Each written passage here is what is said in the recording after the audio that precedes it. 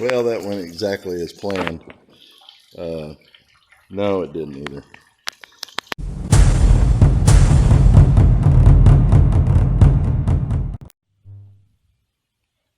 Hey guys, SSR here. So back out here at the shop. I apologize, I hadn't made a video in like I guess a week, but I've been real busy with the propane and the fuel and all that. So anyway, I'm out here today at the shop. My mom took her Dodge Magnum to the dealership to get the antifreeze changed. It's that time of year, guys. If you haven't done this yet or checked your antifreeze and make sure you're good down to low temperatures, whatever the lowest temperature is in your area, you need to do that like ASAP. Some places in the country, it's already down to those temperatures, already gotten cold, freezing. So anyway, her antifreeze was a little light for this area. It was down to about 8 degrees Fahrenheit on the positive side, and we need to be down below -5, -10 would be good, but we're probably going to go lower than that. So anyway, I've got her car up on the lift. It's a Dodge Magnum, and we're going to drain this antifreeze out. And I was going to show you like right here where the plug is, and I'm not sure what year this is. It's probably around 2006 Dodge Magnum, but there is her plug to drain it. You can see the hose right here. It comes through this cowling down here at the bottom, and I'm just going to drain it in a 5-gallon bucket. And then I got some totes in here. I'll pour it in that and save it up till the man comes around, probably in a year or so, and have him suck it out of there and get a little money for it. So anyway, I'm going to drain this out, and we're going to replace it. Now, here's another thing, guys, on your antifreeze. When you guys go, and if you're going to do the antifreeze change yourself, let me see if I can, man, I'm going to take my watch off. Maybe I'll switch hands. If you're going to drain the antifreeze yourself and replace it, then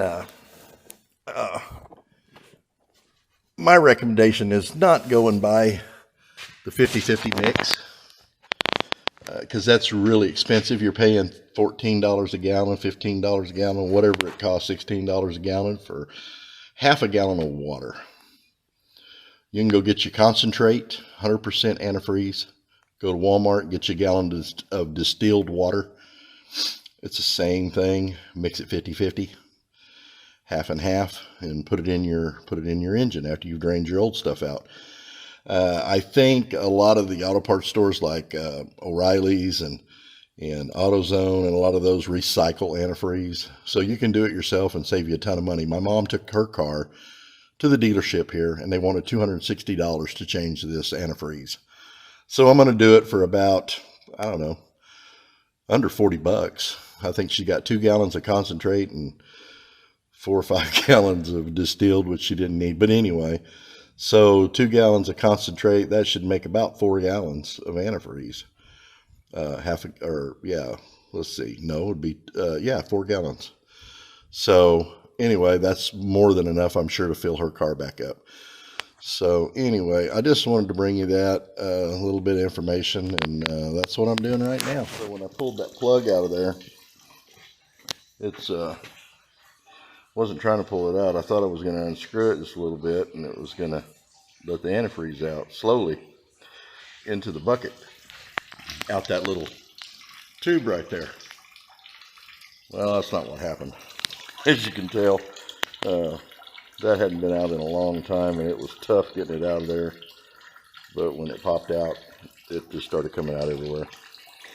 And that happens. But as you can see, this antifreeze almost has no color to it whatsoever. And that brings me to another point. If you are going to change your own antifreeze, make sure you get the correct antifreeze for your vehicle.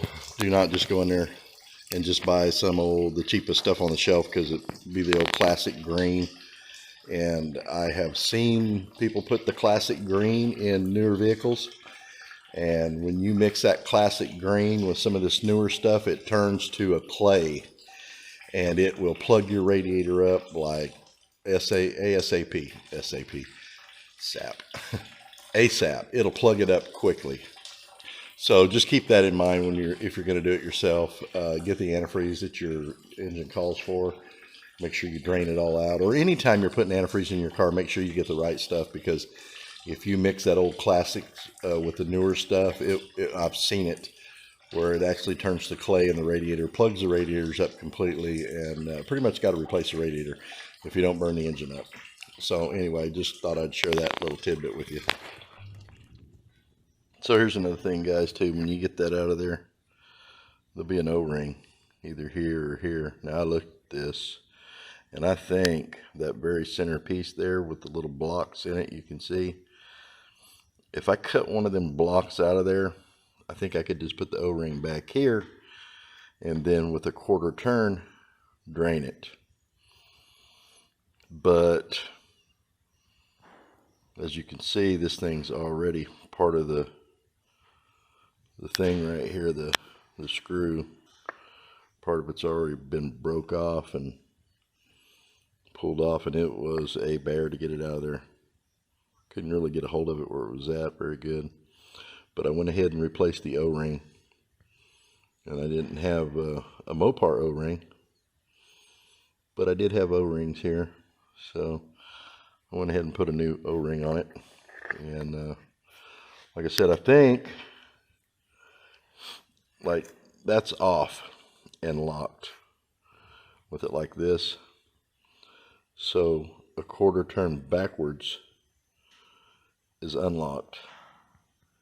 And I don't know if I cut that little block out right there, if that would allow it at a quarter of a turn to drain out the little hose that comes off from right here. But I'm not going to mess with it. It's my mom's car, and I don't want to take a chance on it leaking. So I'm just going to put it back together like it was. Probably won't have to do this for a long, long time. Again, the antifreeze should be good for several years. So anyway, that's what I'm going to do. I'm going to put it back like it was. It wasn't leaking before, so shouldn't be leaking afterwards. Put a little oil on it, and I put a little PB blaster on it or whatever. And I'm not sponsored by PB Blaster, but anyway, I'll put a little bit of that on there, and that'll give it a little bit of oil, and she goes back in and locks back on pretty easy. I've already tested it. So anyway, I'll get this done, and then I'll be ready to put antifreeze in it.